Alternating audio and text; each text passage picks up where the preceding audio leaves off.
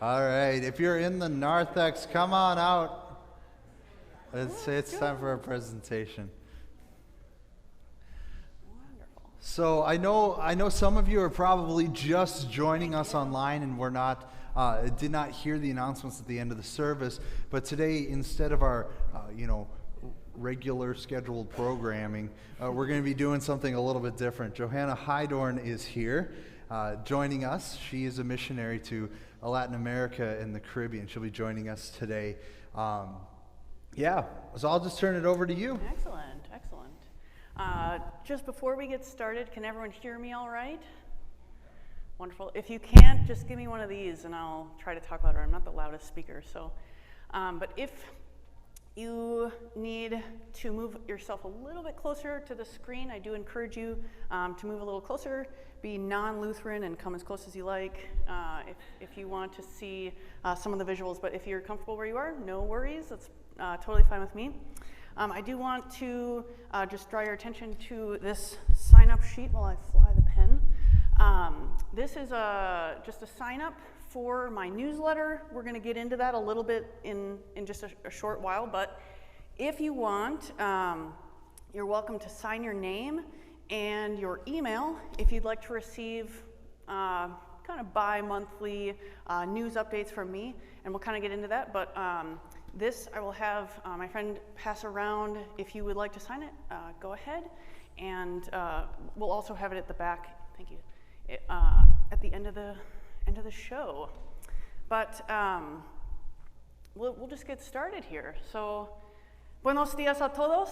¿Cómo te va? Soy Johanna. No, I'm just kidding. I'm not going to do the whole thing in Spanish, but you'd probably fall asleep on me. But sometimes the best way to tell a story is simply just to show it.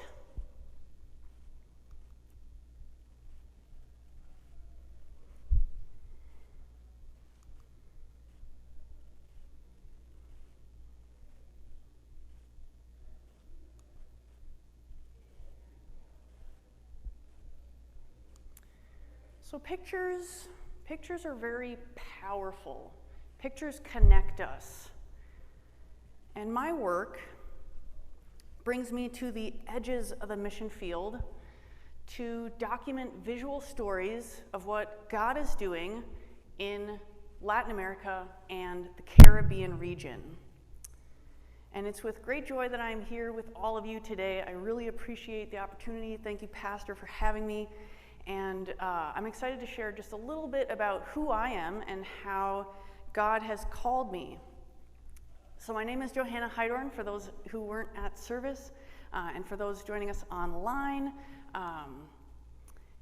I'm a fourth-generation servant of Christ. I'm a Minnesota native. My father was a pastor in Rochester, Minnesota. My parents are now in Homer, Alaska, where they're serving at Faith Lutheran Church now, but my grandfather was a pastor in Mankato for much of his life, and my great-grandfather was a pastor in Blue Earth, Minnesota, and so we have quite a long lineage in Minnesota here. I grew up in Rochester, just a little bit south, and have a good friend living here in Bloomington who allows me to stay at her apartment when I'm visiting. So it's just a short drive to come to here at Redemption. But so I've been a missionary now for about the past 4.5 years. I work as a photographer, a designer, and do a little writing, and in the realm of communication outreach. So this is an area where isn't necessarily the most common. Missionaries tend to be teachers or pastors, so being a photographer is a little bit unique, but it's a chance for me to share and witness the love of Christ through a camera. So a lot of you might wonder what being a photographer has to do with being a missionary. So we're going to get into that. I'm going to let you know, but. Photography is a universal language. It transcends those cultural and linguistical challenges, those boundaries that we often face when we're in a new place, a different country. And people who don't yet know Jesus as their Lord and Savior now have the opportunity to visually witness the great works of Christ through a camera and through imagery. So through the use of photography and design and multimedia, I help kind of facilitate and bridge the gap between those cultures, allowing all of you to connect a little bit more directly with what God is doing on the field. So through social media and through stories and writing on our Latin America website, we're able to share not only with people in Latin America and those people that we're serving, but also with all of you, and to kind of get a little bit more of an idea, a clear picture of what God is doing in this part of the world. So I help kind of provide a window into the work of 35 missionaries, 15 alliance missionaries from our partner churches across 14 different countries in Central and South America. So we work in countries like Spain, Guatemala, Chile, Uruguay, Peru, and in the Dominican Republic, which is where I live. So today I have the great opportunity to share with you what God is doing, but this is a place where the Lord is raising up pastors and deaconesses to do His work of spreading the gospel, planting Lutheran churches, and showing mercy to the countries just to the south of us. So miracles and the message of Christ is being shared every single day. People are hungry to hear about the gospel. They're hungry to hear about God's grace for them. This is an image taken in the Dominican Republic, in the capital, in Santo Domingo. And the first time I ever went to this church, there was one other person and me. And you can see in this image that we have two young boys being baptized. Their mother is standing behind them, and they're being baptized into the body and blood of Christ. They came to the church through a very unique way. We have a pastor who comes into the park. This is in a park in Santo Domingo. He goes into the park when they have Zumba classes and when they have just people exercising and working out in the park across the street from the church. And the pastor was allowed to come to this, one of the classes and do a prayer for these ladies. 100 ladies were gathered, ready to exercise, and this pastor walks up and does a prayer for these people.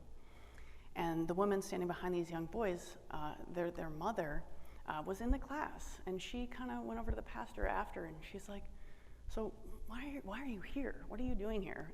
Pastors don't normally come and bless the Zumba class that we have." And that led to one relationship, and you can see now in the image, much more than one person is attending the church now. We have, growing every single day. 60, 70 people are now in attendance in this one church in Santo Domingo, one of the 9 church plants in that country. So one of the things that we focus on in our region is spreading the gospel. So the Venezuelan church, I don't know if any of you are familiar with this scenario happening in Venezuela, but it's a country facing severe socio and political crises.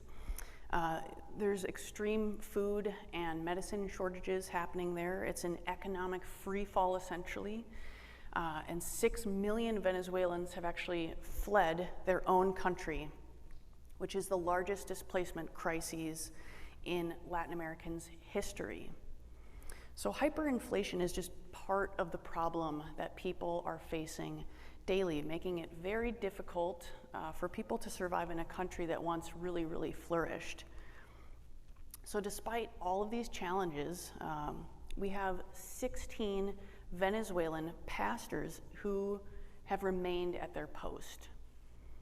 And every Sunday, they stand in the pulpit proclaiming the gospel while often lacking food to feed their very own families.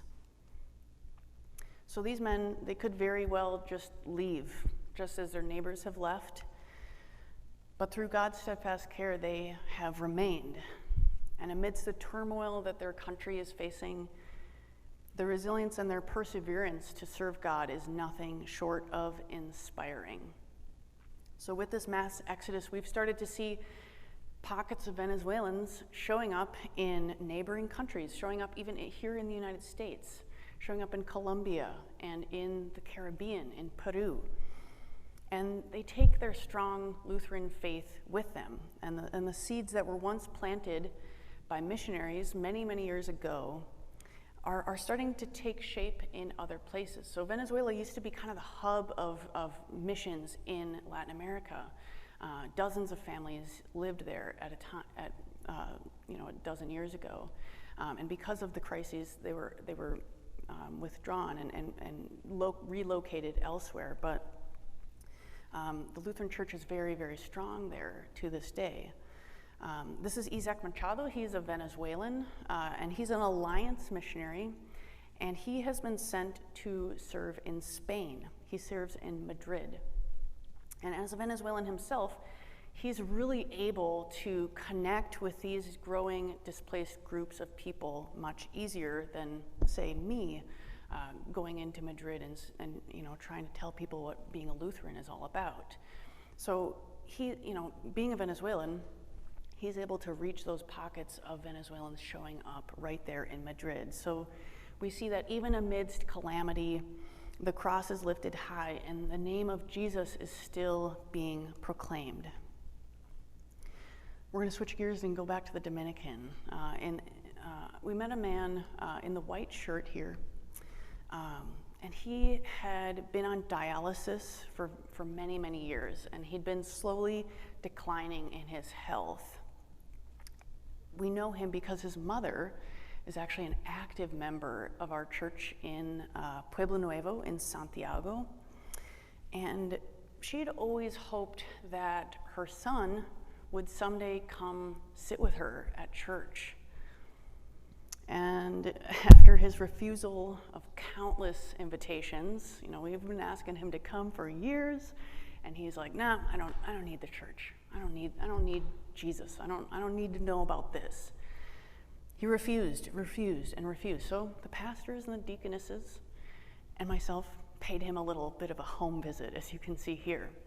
And we had some neighbors join, and his mother is peeking over his shoulder on the couch there. But the next time that we invited him to come to church, he accepted. And he joins his mother now every Sunday, every other Sunday sometimes, but nearly every Sunday in the church, in the pew next to his mother. And miraculously, he is no longer on dialysis. So we praise God for that. So Spanish is the fourth most widely spoken language in the world. It follows Hindi, Mandarin Chinese, and English. So we saw that there was a great need for Spanish-speaking pastors in Latin America. Funny that would be the case. But the seminary, in Spanish it's pronounced differently, but in the Dominican Republic, they formed a seminary called Concordia the Reformer Seminary. And it's now in its fourth academic year. And we have 24 students from 10 different countries all coming together to go to seminary here. And 11 of these men live residentially right up here, high up on a hill, and we call it Golgotha. That's their dorm. Makes sense, right? And every day they hike up. It's quite a little bit of a hike. I mean, it's a good half mile, if not more, in the Dominican heat. So, it's 97 degrees, pushing 60% humidity every day. So these guys get in pretty good shape when they come to seminary. They get in pretty good shape when they come to seminary. But these were the students from a couple of years ago. But we have over 24 now, so that's absolutely wonderful. But not only do we have seminarians, we also have deaconesses, and we have 140 plus deaconesses who are coming from 5 different countries. So we have people coming from Panama, from Guatemala, Venezuela, the Dominican, and from Mexico. And we're hoping to expand that program into even more of the countries that we serve in, which is around 14 right now. So along with their studies, the seminarians and sometimes the deaconesses go into the community and they learn how to be evangelists and shepherds and teachers. And every week they perform visitations throughout the community, developing relationships and cultivating those over their years of training, getting to know people on the street, shaking their hand as they walk by. And one of the relationships that developed was actually right out on a baseball field. Do we have any baseball fans in here? Any Twins fans? Any other? Yeah, excellent. Sometimes there's not any baseball fans, and I'm a little concerned, but I grew up as a Twins fan, so hopefully I don't offend anybody. But outside the U.S., Major League Baseball has consistently had more players from the Dominican Republic than any other country. Right now on the roster, we have, I think, 3 Dominican players who are playing for the Twins right now. And because baseball is so wildly popular with the young people, one of our missionaries takes some of the pastors and the seminarians and they actually go out on the field and witness to these young men on the baseball diamond. So they take a pause from their practice and they gather around the coach and the pastor and they bow their heads and they pray. What a unique place for seeds to be planted. Hopefully these young men, will actually be playing MLB ball eventually and come to America, where there's also a great need for Christ. So another visitation that our seminarians and our pastors do every week is go into the public schools, and they do Bible stories and songs and lessons with all ages in the elementary and middle schools. So just take a minute to think about 3 guys in clericals showing up in a public school here in Minnesota or in the United States. I don't know if any of those young people have ever seen that happen. Certainly didn't happen when I went to school. Maybe in a Lutheran school, you'll see the pastor come, but definitely not in a public school. So this is just another great opportunity to share with the little hearts what Jesus has done for them on the cross.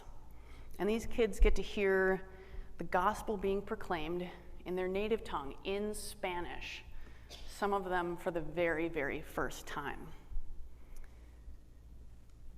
So after decades, 127 years of missionaries in the LCMS, we've started to see the development of not only second-generation Christians, but second-generation Lutherans in Latin America. This is Elvis Carrera of Peru, and he is an example of a second-generation Lutheran. His grandfather was converted as a Lutheran by missionaries many, many years ago, 2 decades ago. So Elvis here grew up as a Lutheran, which is very unique in Latin America. We're all quite blessed. I grew up as a Lutheran. My father was a pastor, grandfather was a pastor, great-grandfather was a Lutheran pastor. So I never knew how blessed I was to actually grow up as a Lutheran, as a Christian. I was blessed to be baptized, right away, and not a lot of kids have that opportunity, especially in this part of the world. So, as Elvis grew up in Lima, he was really influenced by his grandfather and is now a seminarian in our seminary. And he's just got the absolute most natural gift of evangelism. He goes up to every single person that we ever meet on the street. He puts out his hand and says hi, and he invites them to church. And he is going to be the very, very first pastor ordained from Peru. He's the very, very first Peruvian pastor. So this is just a monumental moment for our church's history and a very, very exciting time to celebrate. We'll go to Mexico now. We're taking you around the region here, but Mexico is actually one of the fastest growing churches in our region. This is Nefta Garcia, and he is a recent graduate of the seminary in the Dominican. And he was ordained last year, amidst the pandemic and everything. He was ordained last year, and he brought the total number of pastors in Mexico to 9, which is fabulous. 9 pastors serving in Mexico. And we have 12 more who are in seminary who are studying. So we're going to double that, even more than double.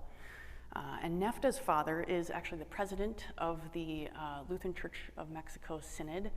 So he also had the opportunity to grow up as a Lutheran, and he gets the opportunity to share that with people that he is around in his church and in the community. So we want to give thanks for these young guys that are training to be pastors and who will tell the good news to this generation and to the next. And they're going to take what they learned in seminary back to their home country, where they'll preach for their entire life. For the entirety of their life, they're going to be in this one place preaching the gospel. This is the ordination of Iban Navarro, and he is the 3rd Dominican pastor to be ordained. So he will serve the Church of Licey in his own community. So he knows very well the people that are in that area, and he's able to witness to them every single day. It was a great celebration for us to be a part of that. The last pillar that we kind of focus on in our region is showing mercy. So in 2019 and 2020, Puerto Rico, the island of Puerto Rico, was rocked by over 2,000 earthquakes. And some of these were the largest quakes that the island had seen in over a century. So in surveying the damage and the severity of what people were actually dealing with, we began to understand that there was an immediate physical and spiritual need of the people that were affected. And we luckily have a team of missionaries on the ground in Puerto Rico who have fortunately and unfortunately dealt with disasters before. Hurricanes Irma and Maria are just far from a distant memory, and those were only in 2017. But the island is still recovering from those hurricanes as well, and now we're dealing with earthquakes. But our missionaries and our pastors there are first responders, and they were already ready with relief bags full of supplies and uplifting scriptural pamphlets and Bibles to kind of help these displaced people that were really, really struggling and really afraid. So, fear was consuming the entire island, and people began to kind of flee from their own home and retreat to camps and open air shelters because they were afraid that the walls would literally collapse around them. So we started seeing tents pop up in front yards, alongside highways, and in parking lots. And as time went on, the camps became a little bit more structured as FEMA and Red Cross began to kind of trickle in. But within a few hours, our missionaries were already in the camps and already assisting and offering God's assurance. One of the scariest things I had happen when we were in Puerto Rico was, the pastor was going, 60 on the highway. We were on our way to one of the camps, and all of a sudden he veers off. And I'm like, Pastor, we're going off the road. We're going and we're gonna, crash and burn the car. And he's like, oh, no, it's fine. There's a camp over here. I was like, what? We're on the side of the highway. What do you mean there's a camp? And there were people camping right outside on one of the busiest highways in Ponce. Luckily, we made it and survived that car trip, but it was evident that the psychological damage from these earthquakes was almost even greater than some of the structural damage to the island itself. So, pastors were consoling people. They were going from cot to cot, listening to them, and just praying with the people. They were preaching the gospel over a loudspeaker, and were so loud that people started gathering around and trying to figure out, who are these people? What are they talking about? And people started to gather around and sing together and worship together. And we started passing out little bulletins for a little church service that we did right in one of these camps. So disasters, thank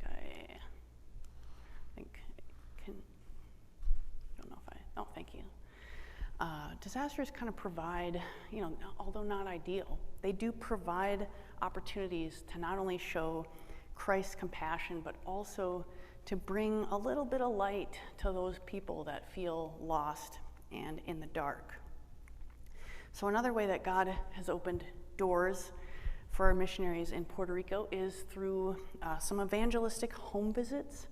And during one of the visits, we met a man named Edgardo in one of the governmental housing compounds in an area right near where one of our missionaries lives. So now normally when I walk into a home visit, there's a crowd of people, there's lots of good food, there's lots of loud music, and there's family, friends, neighbors, everybody wants to see what's going on. Latino culture is very, very colorful, and there's a great focus on family and on friends and music. So it was a surprise for me to see Edgardo just kind of sitting alone in a colorless room with nothing but a couch and a small bed, and also a broken radio. He kind of sat nervously and began to tell us that he'd been abandoned by the Protestant church that he was once an active member of. He'd lost his sight in his late 40s. So as the pastor read from scriptures, he explained to Edgardo that Jesus has a heart of grace and of love, and that he died for him, and that he loves him. And that, Edgardo, you are a son of God. And Edgardo began to weep. And he told the pastor how alone and neglected he had felt for so many years. So the pastor invited him to come to church and hear more about God's grace. And the team continues to visit Edgardo, and he now comes to worship with the congregation of Fuente de Vida, the Fountain of Life, in Ponce, Puerto Rico.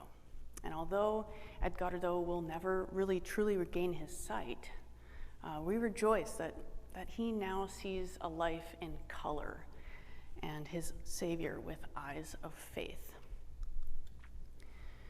So there's no doubt that God is greatly at work in this part of the world. I could stand up here for another hour, 2 hours, 3 hours, telling you more stories and showing more pictures about all the great things that God is doing.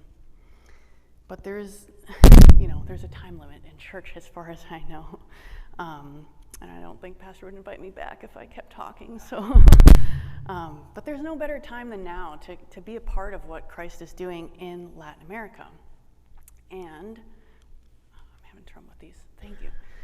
If you want to hear more stories like this, you can sign up for my newsletter, which I think is still being passed around. Oh, James still has it. Yeah, we'll pass it around. But you can sign up for the newsletter and subscribe to these updates that I send once in a while, every couple months. And you'll get to see galleries and photos, videos of some of the work that I'm doing and some of the work that the missionaries are doing.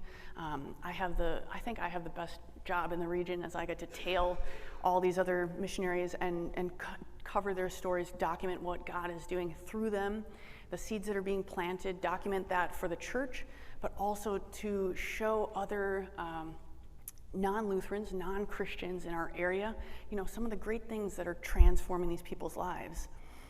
And if you have a social media, I also am on that it's just my name. If you want to follow along, I post some updates and stories there as well. But this mission is fully funded by folks like you.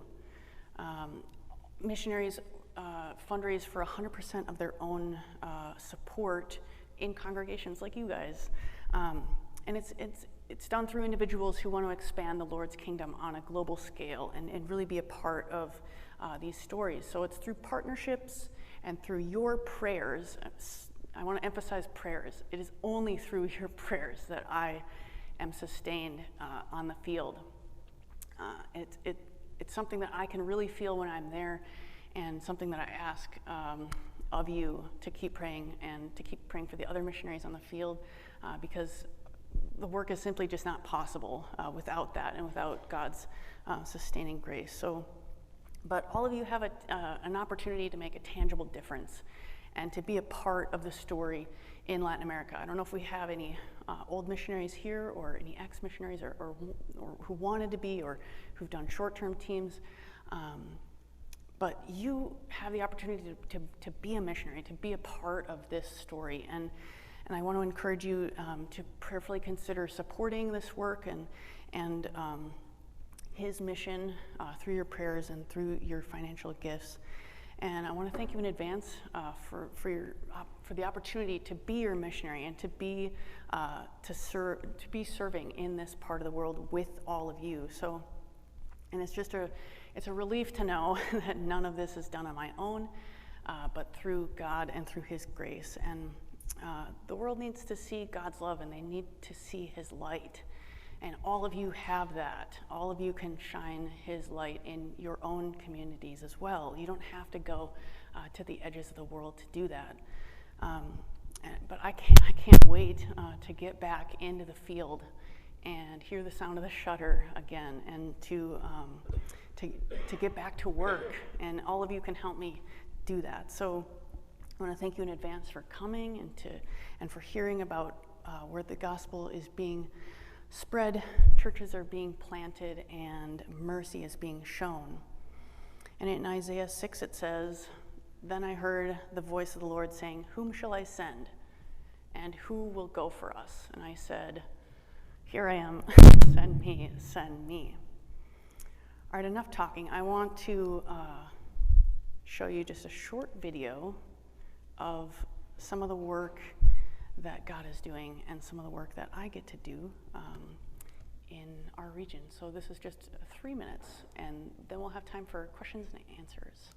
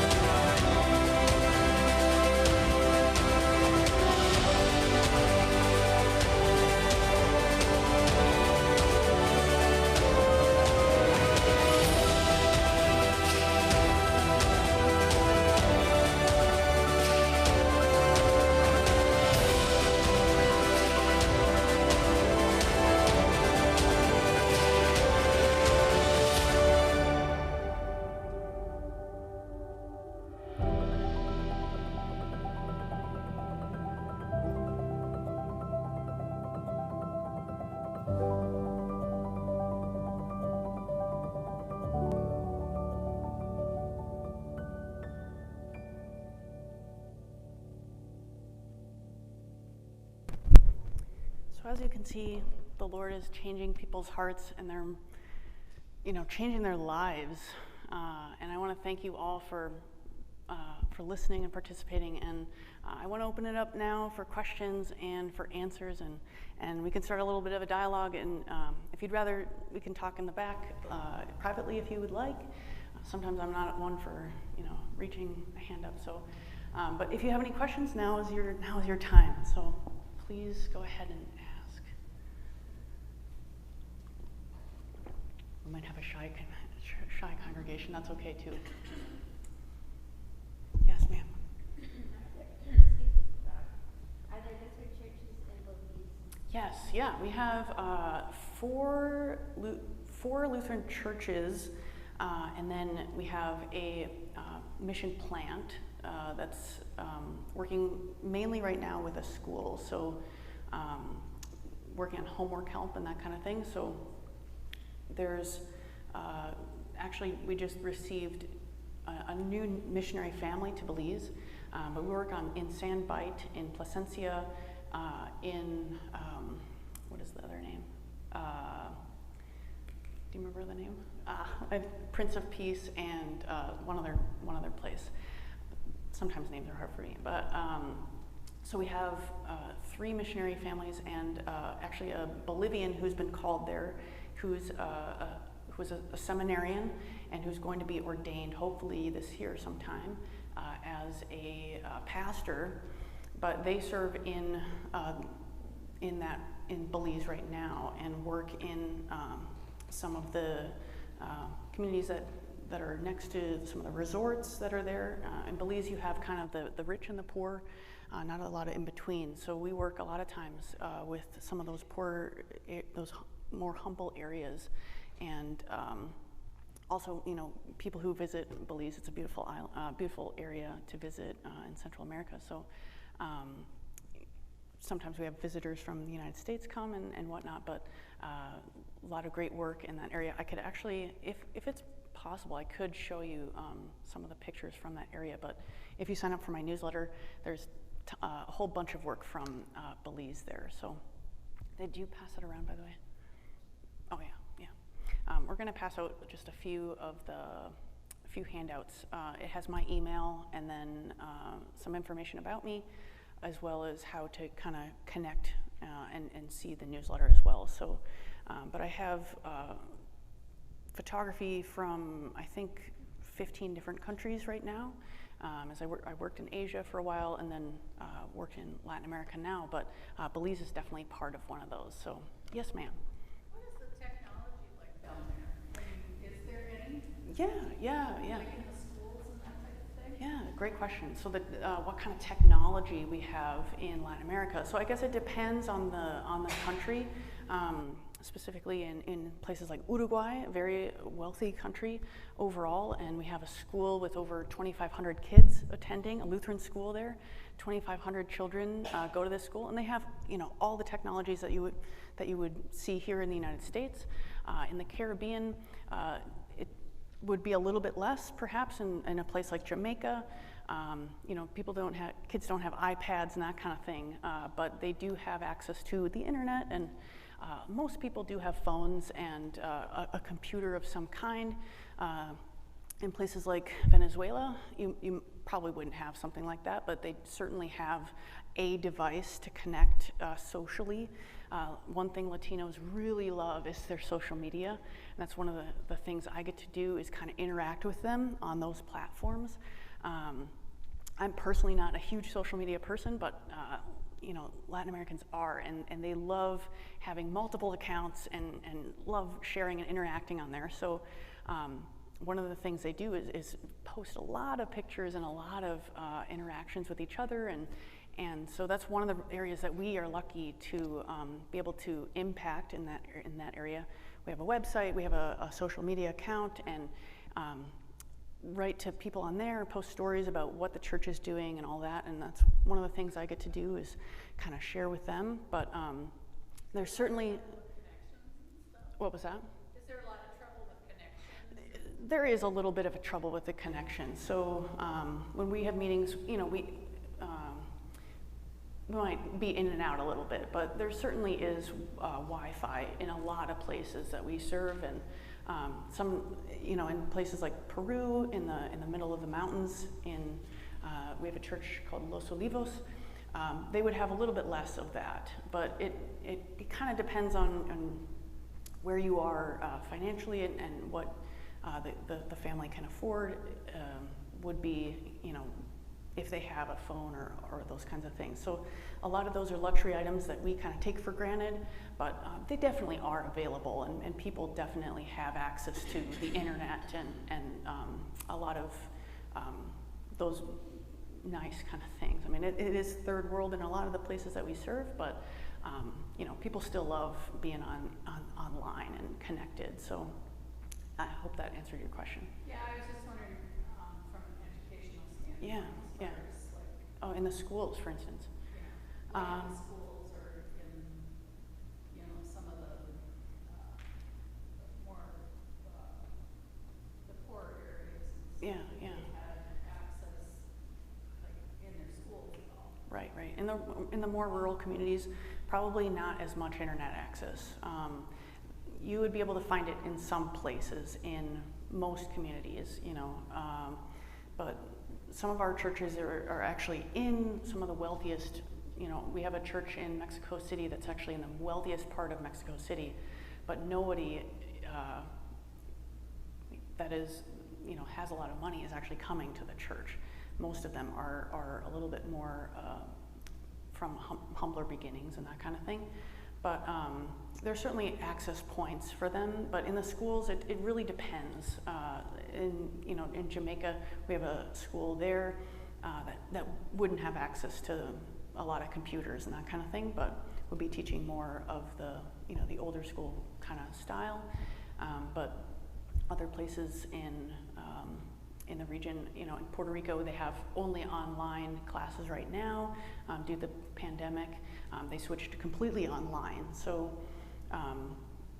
there are definitely people who interact with devices quite a bit there. So it really depends, but there's certainly a level of access here and there, but it would definitely be more available in a richer community for sure. Yeah. You mentioned Yeah. Going to entirely online. How is that working? That's a great question. Good enough for getting a general education through to people, to the students, to the children? I think, or not? yeah, I think that's a great question. Certainly the pandemic has had, people have had to learn how to shift, I guess. So most of our churches were only allowed to be online, and the schools and whatnot as well. I don't think that you can really ever replace an in-person education or an in-person kind of service, but it certainly actually opened a lot of doors for people who are kind of a little bit afraid to come into a Lutheran church. In Spain, Lutherans are kind of like a cult. They have no idea what is a Lutheran, like what is that? And so for the Catholics or the non-practicing Catholics or just atheists in general, or just non-religious people, it kind of provided a window for people to, pop online, kind of see what the church was all about. What is this Lutheran thing all about? And give people a chance to kind of get involved in the church before ever entering one. So that's actually kind of helped us in some areas where it's, people are now that things are opening up slightly in that part of the world, they're starting to come in the actual door instead of just the Zoom window. So it provides opportunity for us, but also, you can't really replace having, in person and seeing people's faces and smiles and taking communion and all of that. But it certainly had given us a little bit of an opportunity that a lot of the pastors in our area really took advantage of and really were connecting with people online. And even the areas that didn't have quite as much access to that were able to see, and gather all behind one computer and kind of get a chance to see an online service. But they were certainly practicing the precautions and doing everything that they could. But our director certainly believes that, you have to be with the people as well. So they were gathering kind of supply bags and relief bags for people that were really affected by this and who were unable to work. A lot of places in Latin America, you don't have the luxury of, having a retirement fund or a 401k waiting for you, or I could do this as a backup job. A lot of people work every day for what they have.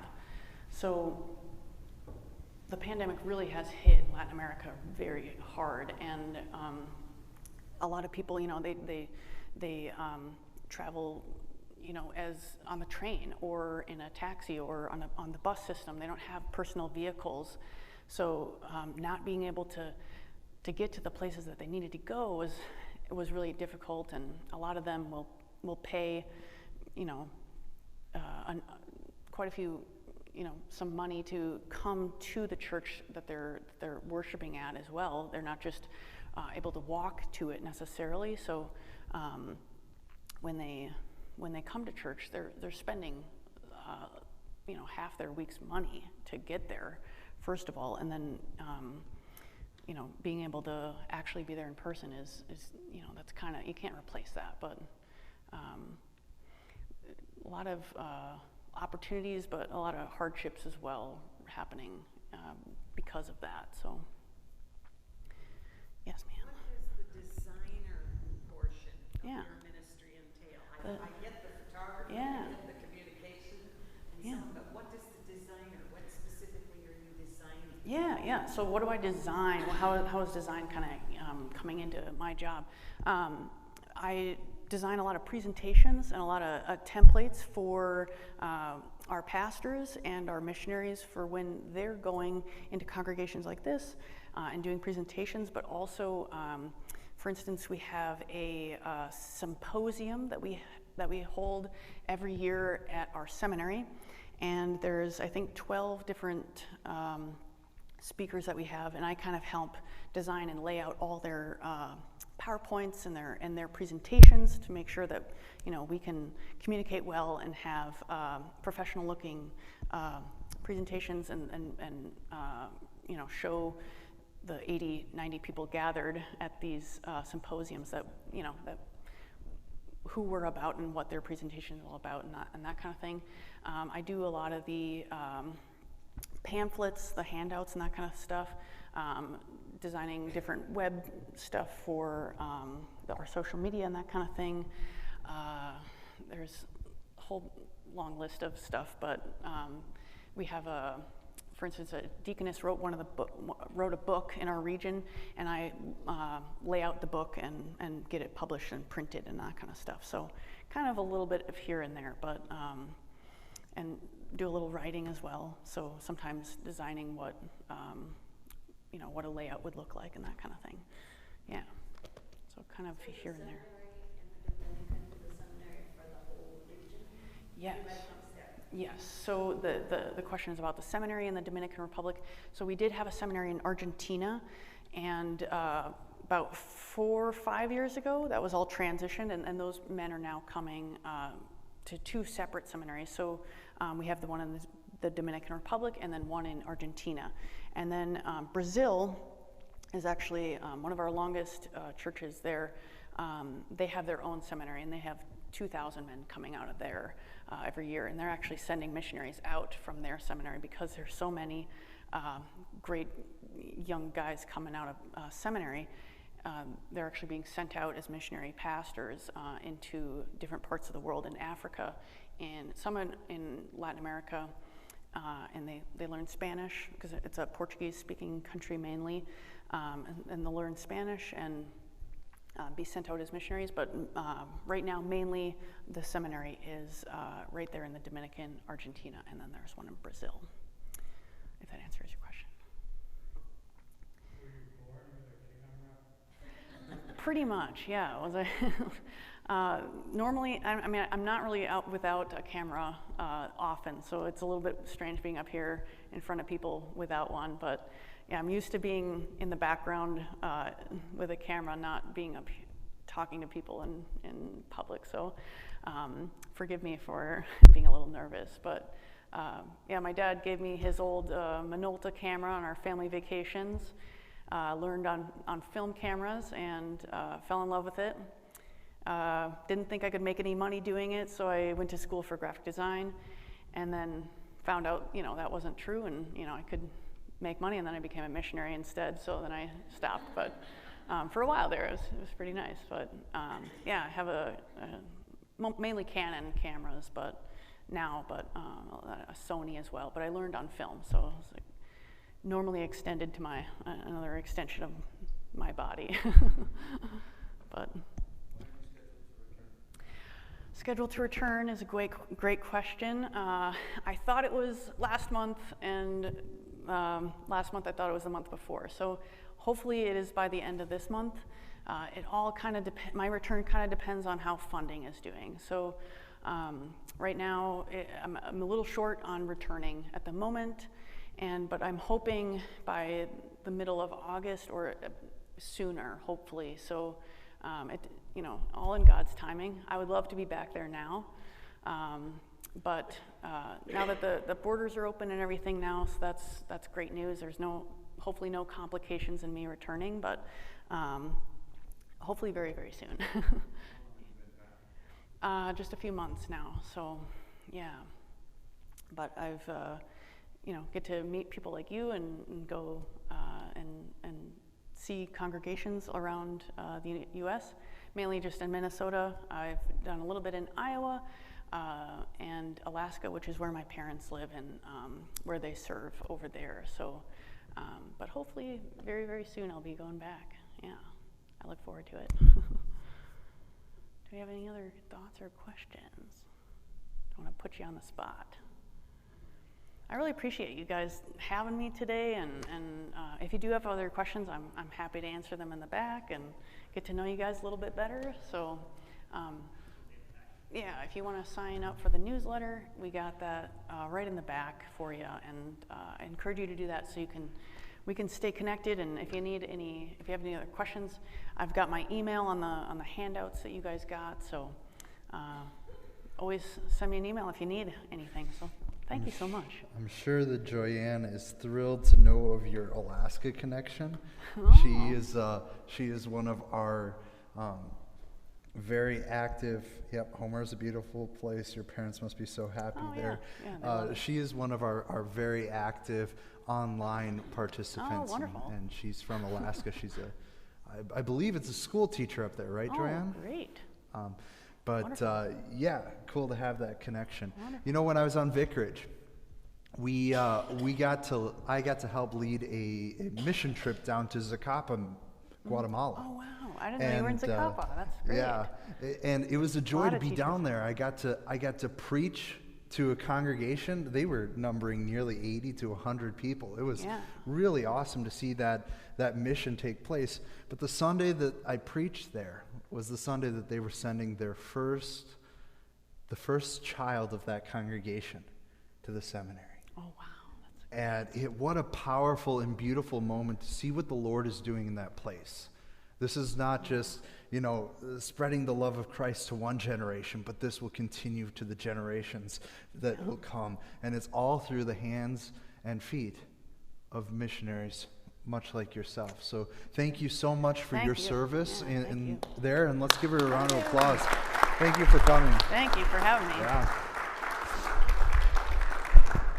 I know one of the big challenges for our missionaries is that because they don't have a very established place like we do here at Redemption, oftentimes that financial support becomes a huge burden to their ministry, and they're not able to do the things that they've been called to do purely for that fact. And so I would really encourage you to prayerfully consider supporting Johanna, as she's doing such amazing things down in Latin America and the Caribbean. Please, I encourage you to prayerfully consider supporting her. We'll be collecting for a week or two. If anybody is online and wants to send in some support, that's totally fine. We'll collect for a week or two and then pass all of those funds to her. If you want to write a check, I would encourage you to write it out to Redemption. And then this is very important, make sure that you put her name in the memo line so that it goes to her. But I would encourage you to do that, and then what we'll do is we'll cut a check directly to her for the lump sum. So thank you so much for coming, and thank you for listening to her story. It's great to hear what the Lord is doing throughout the world. So I pray God's richest blessings on you all. We'll resume our study of Mark next week. But be sure to chat with Johanna, show your support, hear her stories.